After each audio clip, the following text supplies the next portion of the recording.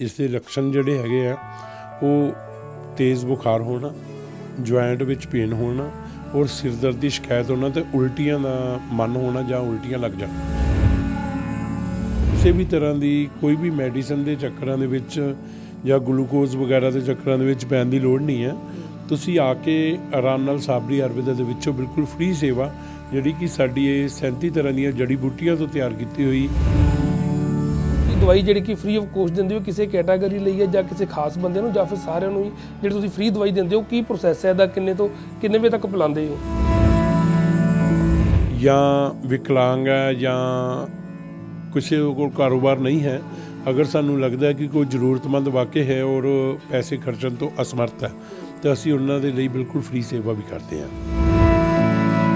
Cervical ਦੀ ਦਵਾਈ ਅਸੀਂ ਬਿਲਕੁਲ ਟੋਟਲੀ ਫ੍ਰੀ ਦਿੰਦੇ ਹਾਂ। ਬਸ ਇੱਕੋ ਹੀ ਤਕਲੀਫ ਤੁਹਾਨੂੰ ਕਰਨੀ ਪਏਗੀ ਕਿ ਅਗਰ ਕਿਸੇ ਨੂੰ ਸਰਵਾਈਕਲ ਹੈ ਤਾਂ ਉਹਨਾਂ ਨੂੰ ਸਾਡੇ ਕੋਲ ਰੋਜ਼ ਆਉਣਾ ਪਏਗਾ। ਅਸੀਂ ਇਕੱਠੀ ਦਵਾਈ ਨਹੀਂ ਦੇ ਸਕਦੇ। ਦੈਨਿਕ ਸਵੇਰਾ ਦੇਖ ਰਹੇ ਹੋ ਤੁਸੀਂ ਤਾਂ ਮੈਂ ਹਿੰਮਤ ਸਿੰਘ ਦਿਗਪਾਲ।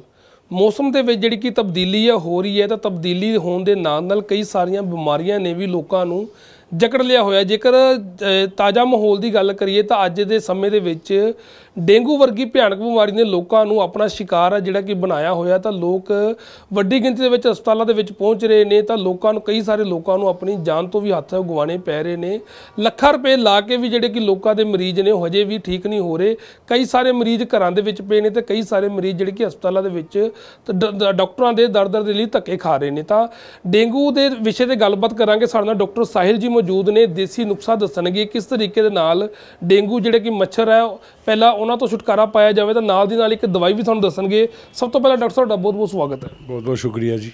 ਡਾਕਟਰ ਸਾਹਿਬ, ਅੱਜ ਦੇ ਸਮੇਂ ਜੇਕਰ ਗੱਲ ਕਰੀਏ ਤਾਂ ਅੱਜ ਦੇ ਸਮੇਂ ਦੇ ਵਿੱਚ ਡੇਂਗੂ ਨੇ ਵੱਡੀ ਗਿਣਤੀ ਦੇ ਵਿੱਚ ਲੋਕਾਂ ਨੂੰ ਆਪਣੀ ਗਿਰਫਤ ਵਿੱਚ ਲਿਆ ਹੋਇਆ। ਸਭ ਤੋਂ ਪਹਿਲਾਂ ਲੋਕਾਂ ਨੂੰ ਸਿੰਪਟਮ ਕਿਵੇਂ ਪਤਾ ਲੱਗਦੇ ਨੇ, ਕਦੋਂ ਲੋਕਾਂ ਨੂੰ ਡਾਕਟਰਾਂ ਦੇ ਕੋਲ ਜਾਣਾ ਚਾਹੀਦਾ ਜਾਂ ਫਿਰ ਕਿਸ ਤਰ੍ਹਾਂ ਦੇ ਨਾਲ ਇਹਦਾ ਇਲਾਜ ਉਹ ਕਰਨਾ ਚਾਹੀਦਾ? ਸਰ, ਸਭ ਤੋਂ ਪਹਿਲੇ ਨੰਬਰ 'ਤੇ ਜਿਹੜਾ ਡੇਂਗੂ ਬੁਖਾਰ ਹੈ ਇਸ ਦੇ ਲੱਛਣ ਜਿਹੜੇ ਹੈਗੇ ਆ ਉਹ ਤੇਜ਼ ਬੁਖਾਰ ਹੋਣਾ, ਜੁਆਇੰਟ ਵਿੱਚ ਪੇਨ ਹੋਣਾ ਔਰ ਸਿਰ ਦਰਦ ਦੀ ਸ਼ਿਕਾਇਤ ਹੋਣਾ ਤੇ ਉਲਟੀਆਂ ਦਾ ਮਨ ਹੋਣਾ ਜਾਂ ਉਲਟੀਆਂ ਲੱਗ ਜਾਣਾ। ਇਹਦੇ ਵਿੱਚ ਅਗਰ ਇਸ ਤਰ੍ਹਾਂ ਦੀ ਕਿਸੇ ਵੀ ਮਰੀਜ਼ ਨੂੰ ਇਸ ਤਰ੍ਹਾਂ ਦਾ ਕੋਈ ਲੱਛਣ ਨਜ਼ਰ ਆਉਂਦਾ ਹੈ ਤਾਂ ਉਹਨੂੰ ਪਹਿਲਾਂ ਆਪਣੇ ਨਜ਼ਦੀਕ ਕਿਸੇ ਵੀ ਡਾਕਟਰ ਦੇ ਕੋਲ, ਜਿੱਦਾਂ ਆਪਣੇ ਕਿਸੇ ਵੀ ਫੈਮਿਲੀ ਡਾਕਟਰ ਕੋਲ ਜਾਣਾ ਚਾਹੀਦਾ ਹੈ ਔਰ ਜਿਹੜਾ ਵੀ ਇਨਵੈਸਟੀਗੇਸ਼ਨ ਉਹ ਕਰਦੇ ਆ ਉਹਦੀ ਰਿਪੋਰਟਸ ਦੇ ਅਕੋਰਡਿੰਗ ਉਹਦਾ ਟਰੀਟਮੈਂਟ ਕਰਨਾ ਚਾਹੀਦਾ। ਇਸ ਚੀਜ਼ ਨੂੰ ਇਗਨੋਰ ਨਹੀਂ ਕਰਨਾ ਚਾਹੀਦਾ। ਔਰ ਅਗਰ ਫਿਰ ਵੀ ਕਿਸੇ ਨੂੰ ਡੇਂਗੂ ਬੁਖਾਰ ਹੋ ਜਾਂਦਾ ਹੈ, ਤੁਹਾਡੇ ਕੋਲ ਰਿਪੋਰਟ ਕਨਫਰਮ ਹੈ ਕਿ ਤੁਹਾਨੂੰ ਡੇਂਗੂ ਹੈ, 1.5 ਲੱਖ ਸੈੱਲ ਤੋਂ ਥੱਲੇ ਹੈਗੇ ਆ ਤੇ ਸਮਝ ਲਓ ਤੁਸੀਂ ਡੇਂਗੂ ਦੇ ਸ਼ਿਕਾਰ ਹੋ ਚੁੱਕੇ ਹੋ। ਤੇ ਉਹਦੇ ਵਾਸਤੇ ਕਿਸੇ ਵੀ ਤਰ੍ਹਾਂ ਦੀ ਕੋਈ ਵੀ ਮੈਡੀਸਨ ਦੇ ਚੱਕਰਾਂ ਦੇ ਵਿੱਚ ਜਾਂ ਗਲੂਕੋਜ਼ ਵਗੈਰਾ ਦੇ ਚੱਕਰਾਂ ਦੇ ਵਿੱਚ ਪੈਣ ਦੀ ਲੋੜ ਨਹੀਂ ਹੈ। ਤੁਸੀਂ ਆ ਕੇ ਆਰਾਮ ਨਾਲ ਸਾਬਰੀ ਆਯੁਰਵੇਦਾ ਦੇ ਵਿੱਚੋਂ ਬਿਲਕੁਲ ਫ੍ਰੀ ਸੇਵਾ ਜਿਹੜੀ ਕਿ ਸਾਡੀ ਇਹ 37 ਤਰ੍ਹਾਂ ਦੀਆਂ ਜੜੀ ਬੂਟੀਆਂ ਤੋਂ ਤਿਆਰ ਕੀਤੀ ਹੋਈ ਦਵਾਈ ਹੈ ਜਿਹੜੀ ਕਿ ਅਸੀਂ ਬਿਲਕੁਲ ਫ੍ਰੀ ਸੇਵਾ ਆ ਅਸੀਂ ਉਹ ਇੱਥੇ ਬਿਲਕੁਲ ਫ੍ਰੀ ਸੇਵਾ 'ਤੇ ਦਿੰਦੇ ਹਾਂ। ਸਾਹਿਲ, ਜੇਕਰ ਗੱਲ ਕਰੀਏ ਤਾਂ ਅੱਜ ਦੀ ਡੇਟ ਦੇ ਵਿੱਚ ਲੋਕ ਲੱਖਾਂ ਰੁਪਏ ਵੀ ਖਰਚ ਰਹੇ ਨੇ ਤਾਂ ਕੁਝ ਸਾਰੇ ਲੋਕ ਤਾਂ ਠੀਕ ਹੋ ਰਹੇ ਨੇ ਪਰ ਕਾਫੀ ਹੱਦ ਤੱਕ ਮਰੀਜ਼ ਹਜੇ ਵੀ ਇਸ ਦੀ ਗਿਰਫਤ ਦੇ ਵਿੱਚ ਨੇ। ਤਾਂ ਕਈ ਸਾਰੇ ਲੋਕ ਨੇ ਜਿਹੜੇ ਕਿ ਪੈਸਿਆਂ ਦੀ ਵਜ੍ਹਾ ਨਾਲ ਘਰੋਂ ਨਹੀਂ ਨਿਕਲ ਪਾਉਂਦੇ ਤੇ ਕਈ ਲੋਕਾਂ ਨੂੰ ਆਪਣੀ ਜਾਨ ਤੋਂ ਵੀ ਹੱਥ ਗਵਾ ਕਿਉਂਕਿ ਡੇਂਗੂ ਕਾਫੀ ਖਤਰਨਾਕ ਜਿਹੜੀ ਬਿਮਾਰੀ ਹੈ, ਜਿਹਨੂੰ ਗਿਰਫਤ ਦੇ ਵਿੱਚ ਲੈ ਲਵੇ ਤਾਂ ਬਹੁਤ ਔਖਾ ਹੁੰਦਾ। ਦੇਸੀ ਦਵਾਈ ਤੁਸੀਂ ਦੱਸੀ ਹੈ, ਇਹ ਸਾਨੂੰ ਵੀ ਪਤਾ ਲੱਗੇ ਤੁਸੀਂ ਦਵਾਈ ਜਿਹੜੀ ਕਿ ਫ੍ਰੀ ਆਫ ਕੋਸਟ ਦਿੰਦੇ ਹੋ ਕਿਸੇ ਕੈਟਾਗਰੀ ਲਈ ਹੈ ਜਾਂ ਕਿਸੇ ਖਾਸ ਬੰਦੇ ਨੂੰ ਜਾਂ ਫਿਰ ਸਾਰਿਆਂ ਨੂੰ ਹੀ ਜਿਹੜੀ ਤੁਸੀਂ ਫ੍ਰੀ ਦਵਾਈ ਦਿੰਦੇ ਹੋ, ਕੀ ਪ੍ਰੋਸੈਸ ਹੈ ਇਹਦਾ, ਕਿੰਨੇ ਤੋਂ ਕਿੰਨੇ ਵਜੇ ਤੱਕ ਪਿਲਾਉਂਦੇ ਹੋ?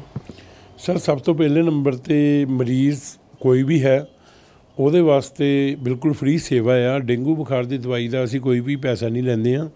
ਇਹਦੇ ਵਿੱਚ ਅਸੀਂ ਸਭ ਤੋਂ ਪਹਿਲਾਂ ਤਾਂ ਪੀਣ ਵਾਲੀ ਦਵਾਈ ਪਿਲਾਈ ਦੀ ਹੈ। 3 ਦਿਨ ਦਵਾਈ ਪਿਲਾਉਣ ਤੋਂ ਬਾਅਦ ਅਸੀਂ 3 ਦਿਨ ਇੱਕ ਜੜੀ ਬੂਟੀਆਂ ਦੀ ਚਟਨੀ ਅਸੀਂ ਨਾਲ ਖਿਲਾਉਂਦੇ ਹਾਂ ਅਤੇ ਉਹਦੇ ਨਾਲ ਜਿਹੜਾ ਕਿ ਡੇਂਗੂ ਦੇ ਲੱਛਣ ਬਿਲਕੁਲ ਖਤਮ ਹੋ ਜਾਂਦੇ ਆ। ਸੈੱਲ 72 ਘੰਟੇ ਦੇ ਅੰਦਰ ਅੰਦਰ ਪੂਰੇ ਹੋਣੇ ਸ਼ੁਰੂ ਹੋ ਜਾਂਦੇ ਆ। ਕਿੰਨੇ ਸਾਲਾਂ ਤੋਂ ਤੁਸੀਂ ਜਿਹੜੀ ਕਿ ਫ੍ਰੀ ਸੇਵਾ ਕਰ ਰਹੇ ਹੋ, ਕਿੰਨੇ ਸਾਲਾਂ ਤੋਂ ਕਰ ਰਹੇ ਹੋ? ਸਰ, ਤਕਰੀਬਨ 15 ਸਾਲ ਹੋ ਚੱਲੇ ਆ ਜੀ ਜਿਹੜਾ ਕਿ ਅਸੀਂ ਬਿਲਕੁਲ ਫ੍ਰੀ ਸੇਵਾ ਕਰਦੇ ਹਾਂ। ਉਸ ਤੋਂ ਇਲਾਵਾ ਜਿੱਦਾਂ ਸਾਡੇ ਕੋਲ ਬਾਕੀ ਬਿਮਾਰੀਆਂ ਦਾ ਇਲਾਜ ਹੈ, ਜਿਸ ਤਰ੍ਹਾਂ ਸਰਵਾਈਕਲ ਹੋ ਗਿਆ, ਜੋੜਾਂ ਦਰਦ ਹੋ ਗਿਆ, ਗਠੀਆ ਹੋ ਗਿਆ ਜਾਂ ਪੇਟ ਦੇ ਰੋਗ ਹੋ ਗਏ, ਅਗਰ ਕੋਈ ਵੀ ਹੈਂਡੀਕੈਪਡ ਹੈ ਜਾਂ ਯਤੀਮ ਹੈ ਜਾਂ ਵਿਕਲਾਂਗ ਹੈ ਜਾਂ ਕਿਸੇ ਕੋਲ ਕਾਰੋਬਾਰ ਨਹੀਂ ਹੈ, ਅਗਰ ਸਾਨੂੰ ਲੱਗਦਾ ਹੈ ਕਿ ਕੋਈ ਜ਼ਰੂਰਤਮੰਦ ਵਾਕਈ ਹੈ ਔਰ ਪੈਸੇ ਖਰਚਣ ਤੋਂ ਅਸਮਰਥ ਹੈ ਤਾਂ ਅਸੀਂ ਉਹਨਾਂ ਦੇ ਲਈ ਬਿਲਕੁਲ ਫ੍ਰੀ ਸੇਵਾ ਵੀ ਕਰਦੇ ਹਾਂ। ਯਾਨੀ ਕਿ ਜਿੰਨੇ ਵੀ ਵਿਕਲਾਂਗ ਲੋਕ ਨੇ, ਚਾਹੇ ਉਹ ਪੁਰਸ਼ ਹੈ ਚਾਹੇ ਉਹ ਮਹਿਲਾ, ਉਹਨਾਂ ਵਾਸਤੇ ਸਾਰੀਆਂ ਹਰ ਇੱਕ ਤਰ੍ਹਾਂ ਦੀ ਜਿਹੜੀ ਮਰਜ਼ੀ ਬਿਮਾਰੀ ਹੋਵੇ ਤੁਹਾਡੇ ਕੋਲ ਆ ਕੇ ਦਵਾਈ ਫ੍ਰੀ ਲੈ ਸਕਦੇ ਨੇ? ਹਾਂਜੀ ਹਾਂਜੀ, ਬਿਲਕੁਲ ਜੀ, ਫ੍ਰੀ ਸੇਵਾ ਲੈ ਸਕਦੇ ਹਾਂ ਜੀ। ਔਰ ਉਸ ਤੋਂ ਇਲਾਵਾ ਸਰਵਾਈਕਲ ਦੀ ਦਵਾਈ ਅਸੀਂ ਬਿਲਕੁਲ ਟੋਟਲੀ ਫ੍ਰੀ ਦਿੰਦੇ ਹਾਂ। ਬਸ ਇੱਕੋ ਹੀ ਤਕਲੀਫ ਤੁਹਾਨੂੰ ਕਰਨੀ ਪਏਗੀ ਕਿ ਅਗਰ ਕਿਸੇ ਨੂੰ ਸਰਵਾਈਕਲ ਹੈ ਤਾਂ ਉਹਨਾਂ ਨੂੰ ਸਾਡੇ ਕੋਲ ਰੋਜ਼ ਆਉਣਾ ਪਏਗਾ। ਅਸੀਂ ਇਕੱਠੀ ਦਵਾਈ ਨਹੀਂ ਦੇ ਸਕਦੇ ਅਤੇ ਇਹ ਆ ਵੀ ਕਿ ਡੇਲੀ ਦੀ ਡੇਲੀ ਅਸੀਂ ਫ੍ਰੀ ਸੇਵਾ ਕਰਦੇ ਹਾਂ। ਸਾਹਿਲ ਜੀ ਆਪਾਂ ਡੇਂਗੂ ਦੀ ਗੱਲ ਕਰ ਰਹੇ ਹਾਂ, ਤੁਸੀਂ ਕਿ ਇੱਕ ਦੇਸੀ ਦਵਾਈ ਤੁਸੀਂ ਤਿਆਰ ਕੀਤੀ ਹੋਈ ਹੈ, ਇਹ ਦਵਾਈ ਤੁਸੀਂ ਇੱਥੇ ਹੀ ਪਿਆਣੀ ਹੁੰਦੀ ਜਾਂ ਫਿਰ ਕੋਈ ਲੈ ਕੇ ਆਪਣੇ ਘਰੇ ਵੀ ਲਿਜਾ ਸਕਦਾ ਜਿਹੜਾ ਜ਼ਿਆਦਾ ਬਿਮਾਰ ਹੋ ਨਹੀਂ ਇੱਥੇ ਆ ਸਕਦਾ, ਕਿ ਉਹਨੂੰ ਮਰੀਜ਼ ਨੂੰ ਇੱਥੇ ਲਿਆਉਣਾ ਹੀ ਪੈਣਾ ਪੇਸ਼ੈਂਟ ਨੂੰ ਤੁਹਾਡੇ ਕੋਲ ਇੱਥੇ? ਸਰ ਸਭ ਤੋਂ ਪਹਿਲੇ ਨੰਬਰ 'ਤੇ ਮਰੀਜ਼ ਨੂੰ ਆਪ ਹੀ ਆਉਣਾ ਪਏਗਾ। ਉਸ ਤੋਂ ਇਲਾਵਾ ਜਿਸ ਤਰ੍ਹਾਂ ਪੂਰੇ ਦਿਨ ਦੀ ਖੁਰਾਕ ਜਿਹੜੀ ਆ 3 ਵਾਰ ਲੈਣੀ ਹੁੰਦੀ ਹੈ, ਅਸੀਂ 3 ਵਾਰੀ ਦੀ ਖੁਰਾਕ ਅਸੀਂ ਆਪਣੇ ਕੋਲੋਂ ਪੈਕ ਕਰਕੇ ਦਿੰਦੇ ਹਾਂ। ਠੀਕ ਹੈ, ਇੱਕ ਵਾਰ ਉਹਨੂੰ ਜਾਣੀ ਕਿ ਇੱਥੇ ਆਉਣਾ ਪਊਗਾ ਪਹਿਲਾਂ? ਜੀ ਆਉਣਾ ਪਏਗਾ। 1 ਦਿਨ ਦੀ ਦਵਾਈ ਦੇਵਾਂਗੇ, ਉਹ 1 ਦਿਨ 'ਚ ਹੀ ਖਤਮ ਕਰਨੀ ਆ। ਅਗਲੇ ਦਿਨ ਅਸੀਂ ਫਿਰ ਦੁਬਾਰਾ ਤਾਜ਼ੀ ਦਵਾਈ ਤਿਆਰ ਕਰਕੇ ਲੈ ਕੇ ਆਉਣੀ ਆ ਔਰ ਉਹ ਅਸੀਂ ਪੂਰਾ ਦਿਨ ਇਸਤੇਮਾਲ ਕਰਨੀ ਆ। ਇਹ ਜਿਹੜੀ ਦਵਾਈ ਦੀ ਜੇਕਰ ਗੱਲ ਕਰੀ, ਜੜੀ ਬੂਟੀ ਤੁਸੀਂ ਕਹਿੰਦੇ ਦਵਾਈ ਬਣਾਈ ਹੈ, ਲੋਕ ਘਰਾਂ 'ਚ ਵੀ ਬਣਾ ਸਕਦੇ ਨੇ, ਕੀ ਇਸਤੇਮਾਲ ਕਰਨਾ ਪਊਗਾ ਇਹਦੇ ਵਾਸਤੇ?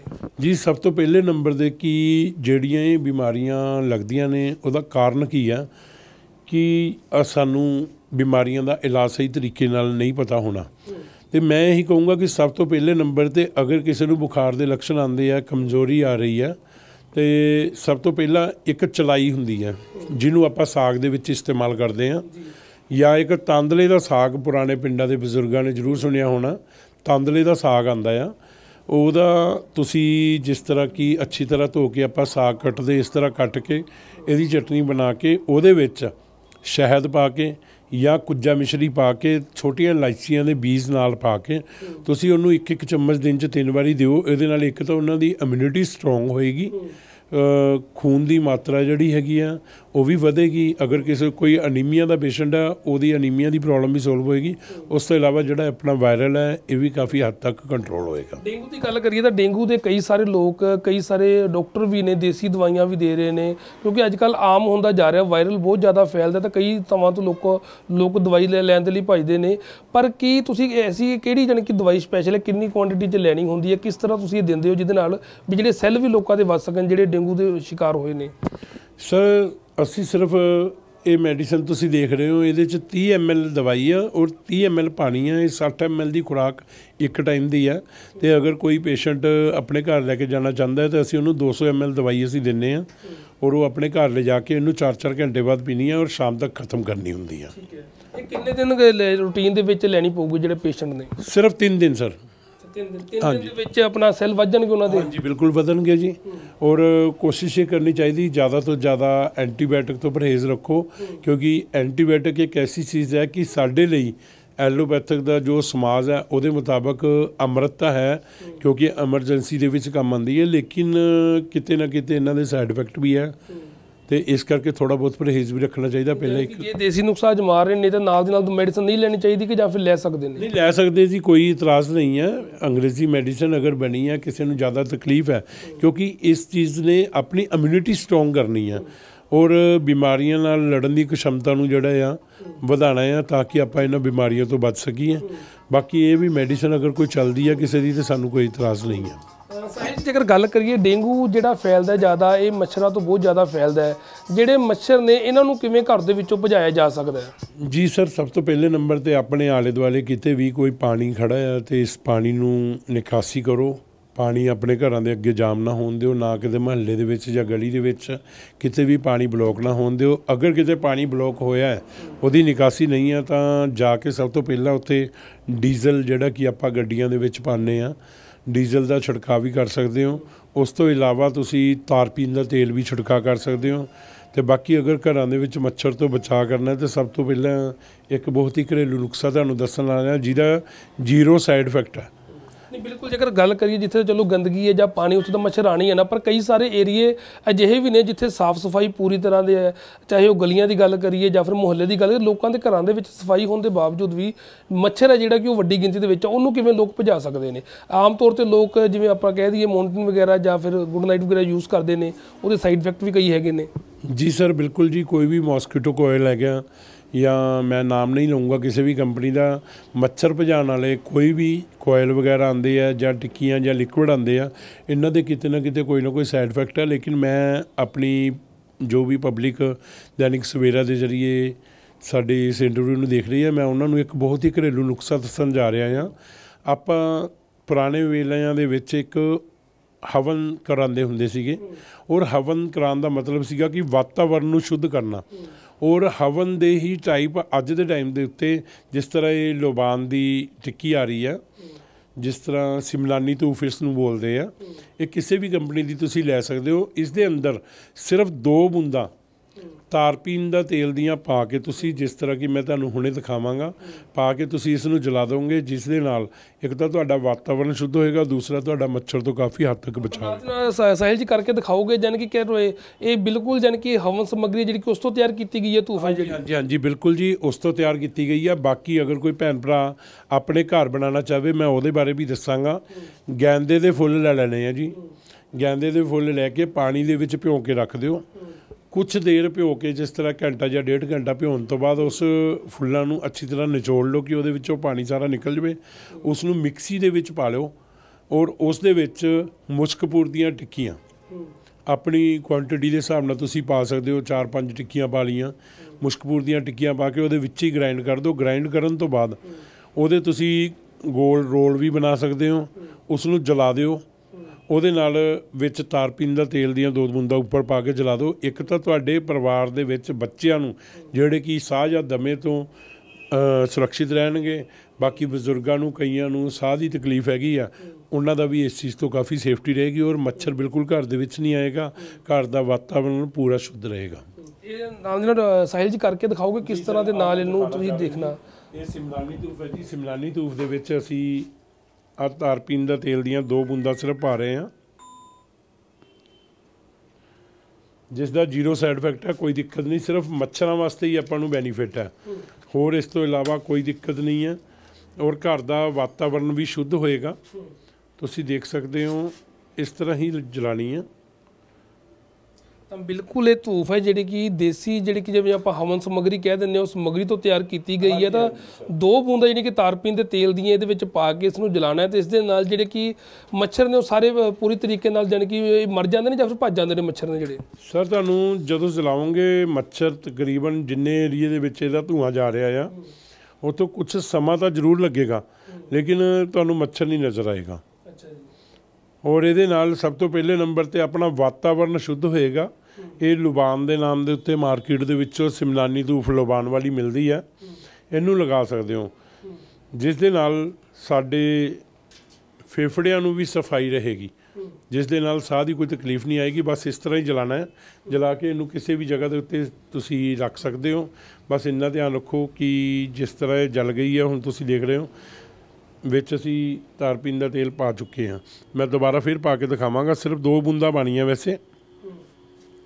ਆ ਲਓ ਜੀ, ਬਸ ਇੰਨਾ ਕੰਮ ਹੈ ਜੀ। ਇਹਦੇ ਨਾਲ ਤੁਹਾਡੀ ਇਹ 25-30 ਮਿੰਟ ਲਗਾਤਾਰ ਚੱਲਦੀ ਰਹੇਗੀ। ਇਸ ਦੇ ਨਾਲ ਤੁਹਾਡਾ ਵਾਤਾਵਰਨ ਵੀ ਸ਼ੁੱਧ ਰਹੇਗਾ। ਅਸਰ ਕਿੰਨੀ ਕੁ ਦੇਰ ਹੁੰਦਾ? 25-30 ਮਿੰਟ ਤੇ ਇਹਦੀ ਜਲਦੀ ਰਹੇਗੀ, ਉਸ ਤੋਂ ਬਾਅਦ ਇਹਦਾ ਅਸਰ ਕਿੰਨੀ ਕੁ ਦੇਰ ਰਹਿੰਦਾ ਇਹਦਾ? 3-4 ਘੰਟੇ ਤੱਕ ਅਸਰ ਰਹਿੰਦਾ ਜੀ। 3-4 ਘੰਟੇ? ਹਾਂਜੀ, 3-4 ਘੰਟੇ ਮੱਛਰ ਅੰਦਰ ਬਿਲਕੁਲ ਨਜ਼ਰ ਨਹੀਂ ਆਏਗਾ। ਹੁਣ ਆਪਾਂ ਕੋਇਲ ਵੀ ਲਗਾਉਂਦੇ ਹਾਂ ਜਾਂ ਮੱਛਰ ਭਜਾਉਣ ਵਾਲੀ ਕੋਈ ਅਗਰਬੱਤੀ ਵੀ ਲਗਾਉਂਦੇ ਤਾਂ ਉਹ ਵੀ ਘੰਟਾ 1.5 ਘੰਟੇ ਤੋਂ ਬਾਅਦ ਜਦੋਂ ਦਰਵਾਜ਼ੇ ਕਿਤੇ ਨਾ ਕਿਤੇ ਸਾਈਡ ਇਫੈਕਟ ਵੀ ਦੇਖਣ ਨੂੰ ਮਿਲਦੇ ਨੇ, ਇਹਦਾ ਵੀ ਕੋਈ ਸਾਈਡ ਇਫੈਕਟ ਹੈ ਜਾਂ ਫਿਰ ਨਹੀਂ ਹੈਗਾ ਦਾ ਕੁਝ? ਅਗਰ ਸਰ ਇਸ ਚੀਜ਼ ਦਾ ਸਾਈਡ ਇਫੈਕਟ ਹੈ ਤਾਂ ਫਿਰ ਪੁਰਾਣੇ ਬਜ਼ੁਰਗ ਜਾਂ ਰਿਸ਼ੀ ਮੁਨੀ ਹਵਨ ਨਾ ਕਰਦੇ, ਕਿਉਂਕਿ ਇਹਦੇ ਵਿੱਚ ਜਿਹੜੀ ਹਵਨ ਸਮੱਗਰੀ ਆ, ਹਵਨ ਸਮੱਗਰੀ ਤੋਂ ਇਲਾਵਾ ਕੁਛ ਨਹੀਂ ਹੈ, ਜਿਹਨੂੰ ਆਪਾਂ ਜੜੀ ਬੂਟੀਆਂ ਤੋਂ ਤਿਆਰ ਹੁੰਦੀ ਆ। ਅਤੇ ਜਿਸ ਤਰ੍ਹਾਂ ਗੁਲਾਬ ਦੇ ਫੁੱਲ ਹੋ ਗਏ ਅਤੇ ਗੈਂਦੇ ਦੇ ਫੁੱਲ ਹੋ ਗਏ, ਇਸ ਤਰ੍ਹਾਂ ਦੀਆਂ ਆਈਟਮਾਂ ਹੁੰਦੀਆਂ ਇਹਦੇ 'ਚ, ਅਤੇ ਉਹਨਾਂ ਤੋਂ ਤਿਆਰ ਹੁੰਦੀ ਜੀ। ਤਾਂ ਬਿਲਕੁਲ ਇਹ ਸਨ ਡਾਕਟਰ ਸਾਹਿਲ, ਜਿਨ੍ਹਾਂ ਦਾ ਸਾਬਰੀ ਆਯੁਰਵੇਦਾ ਸਮਰਾਲਾ ਚੌਂਕ ਦੇ ਨਜ਼ਦੀਕ ਹੈ। ਜੇਕਰ ਕਿਸੇ ਨੂੰ ਵੀ, ਤੁਹਾਨੂੰ ਅੱਜ ਦੀ ਡੇਟ ਦੇ ਵਿੱਚ ਜੇਕਰ ਗੱਲ ਕਰੀਏ ਤਾਂ ਡੇਂਗੂ ਦੀ ਕਾਫੀ ਜ਼ਿਆਦਾ ਜਿਹੜੀ ਕਿ ਸਮੱਸਿਆ ਹੈ ਉਹ ਲੋਕਾਂ ਨੂੰ ਆ ਰਹੀ ਨੇ। ਲੋਕ ਲੱਖਾਂ ਰੁਪਏ ਖਰਚ ਕਰਨ ਦੇ ਬਾਵਜੂਦ ਵੀ ਇਸ ਬਿਮਾਰੀ ਦਾ ਸ਼ਿਕਾਰ ਹੋ ਰਹੇ ਨੇ। ਤਾਂ ਕਈ ਲੋਕ ਅਜਿਹੇ ਵੀ ਨੇ ਜੋ ਪੈਸਿਆਂ ਪੱਖੋਂ ਸਹੀ ਨਹੀਂ ਹੈਗੇ, ਤਾਂ ਹਸਪਤਾਲ ਦੇ ਵਿੱਚ ਨਹੀਂ ਜਾ ਸਕਦੇ। ਤਾਂ ਜਿਹੜੇ ਲੋਕ ਜਾ ਵੀ ਸਕਦੇ ਨੇ ਤਾਂ ਉਹ ਵੀ ਇਸ ਸਾਹਿਲ ਡਾਕਟਰ ਕੋਲ ਆ ਸਕਦੇ ਨੇ। ਸਾਬਰੀ ਆਯੁਰਵੇਦਾ ਇਹਨਾਂ ਦਾ ਜਿਹੜੇ ਕਲੀਨਿਕ ਹੈ ਸਮਰਾਲਾ ਚੌਂਕ ਦੇ ਵਿੱਚ ਸਥਿਤ ਹੈ। ਤਾਂ ਫ੍ਰੀ ਆਫ ਕੋਸਟ ਜਿਹੜੀ ਕਿ ਦਵਾਈ ਹੈ ਡੇਂਗੂ ਮਲੇਰੀਆ ਦੀ ਇਹਨਾਂ ਦੇ ਵੱਲੋਂ ਦਿੱਤੀ ਜਾਂਦੀ ਹੈ। ਤੇ ਨਾਲ ਦੀ ਨਾਲ ਡਾਕਟਰ ਸਾਹਿਲ ਨੇ ਵੀ ਦੱਸਿਆ ਕਿ ਜਿਹੜੇ ਲੋਕ ਵਿਕਲਾਂਗ ਨੇ ਜਾਂ ਫਿਰ ਮਹਿਲਾਵਾਂ ਜਿਹੜੀਆਂ ਕਿ ਵਿਧਵਾ ਨੇ, ਜਿਨ੍ਹਾਂ ਦਾ ਖਰਚੇ ਦਾ ਸਰੋਤ ਨਹੀਂ ਹੈਗਾ, ਉਹਨਾਂ ਨੂੰ ਸਾਰੀਆਂ ਬਿਮਾਰੀਆਂ ਦੀ ਜਿਹੜੀ ਕਿ ਦਵਾਈ ਹੈ ਉਹ ਬਿਲਕੁਲ ਫ੍ਰੀ ਜਿਹੜੀ ਕਿ ਦਿੰਦੇ ਆ ਰਹੇ ਨੇ। ਤਾਂ 15-20 ਸਾਲਾਂ ਤੋਂ ਜਿਹੜੀ ਕਿ ਇਹ ਫ੍ਰੀ ਸੇਵਾ ਦੇ ਵਿੱਚ ਲੱਗੇ ਹੋਏ ਨੇ। ਤਾਂ ਇਹ ਇੰਟਰਵਿਊ ਦਾ ਮਕਸਦ ਇਹੀ ਸੀਗਾ ਕਿ ਜਿਹੜੇ ਲੋਕ ਪੈਸਿਆਂ ਪੱਖੋਂ ਆਪਣਾ ਇਲਾਜ ਨਹੀਂ ਕਰਵਾ ਪਾਉਂਦੇ, ਉਹ ਇਸ ਜਗ੍ਹਾ ਤੇ ਆ ਕੇ ਡਾਕਟਰ ਸਾਹਿਲ ਨੂੰ ਮਿਲਣ ਤੇ ਉਹਨਾਂ ਦਾ ਇਲਾਜ ਆ ਜਿਹੜਾ ਕਿ ਫ੍ਰੀ ਆਫ ਕੋਸਟ ਜਿਹੜਾ ਕਿ ਕੀਤਾ ਜਾਵੇਗਾ। ਕੈਮਰਾ ਪਰਸਨ ਰੋਹਿਤ ਨਾਲ ਹਿੰਮਤ ਸਿੰਘ ਦਿਗਪਾਲ, ਦੈਨਿਕ ਸਵੇਰਾ, ਲੁਧਿਆਣਾ।